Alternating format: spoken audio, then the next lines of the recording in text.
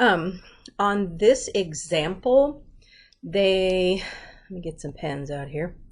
Over here on the first step, they tell you that they're using the distributive property.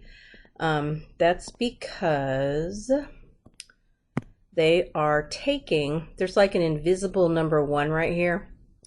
And of course, 1 times 4t is this 4t right here.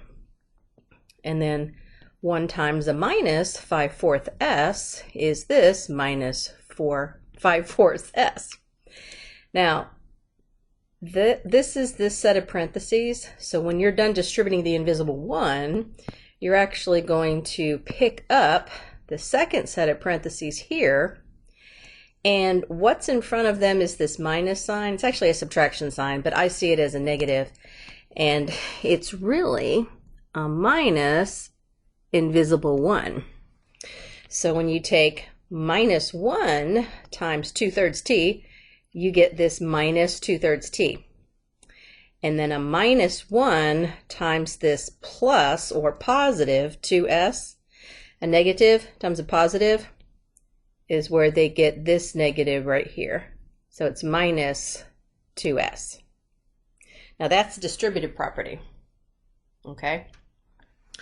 Then this next step really isn't needed. They use the commutative property of addition. It's also called the associative property of addition because they're just rearranging the terms.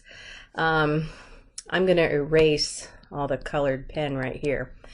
Okay, you've got, let's see, you've got a 4t here and a minus 2/3 t there. Those are like terms, so they just put them together next to each other. You really don't have to do that, but they did. And then the other pair, you've got a minus 5/4 s and a minus 2s. Since they're both s's, they just put those two terms together. But again, you don't have to do that. That's what they did. Now, the last step says simplify, and that's where you just combine like terms. Now, these have fractions in them, so I'll just explain combining like terms with regular numbers. Like if you had 3x and you added it to 5x, that would give you 8x. That's like saying I have $3 in one pocket and $5 in another pocket. I have $8. You're just adding up how many x's you have. Now, when they go to do the 4t minus 2/3 t, you have to have a common denominator. So 4 is a whole number.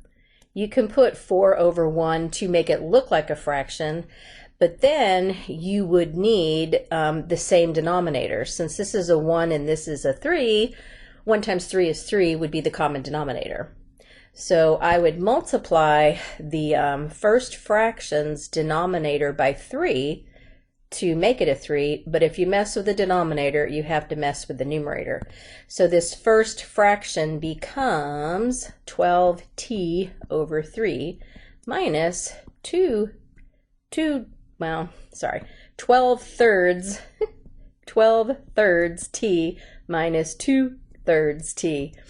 And 12 thirds minus 2/3 is 10 thirds t. This is this one right here, the 10 thirds t. That's doing everything that I highlighted in blue. All right, this is all the blue. There you go. And then the other pair is the purple. It was negative 5/4 s minus 2s. Since 2 is a whole number, you can put it over 1. But in order to add fourths with firsts, you have to have the same denominator. So I would multiply 4 times 1 to make it 4. And then, of course, you have to multiply the numerator also by 4. That's how you deal with fractions. And so you get negative 5/4 s minus 8/4 s. And negative 5/4 minus 8/4 is negative 13/4 S. And so this is all the work that I did for the purple numbers, the numbers I highlighted in purple. And of course, this right here is that number there. That's the purple, and that's the blue. Now, you can't combine T's with S's, so that's as far as you can go. This is the final answer right there, 10/3 T minus 13/4 S. That's as far as you can simplify. Hope that makes sense. Let me know.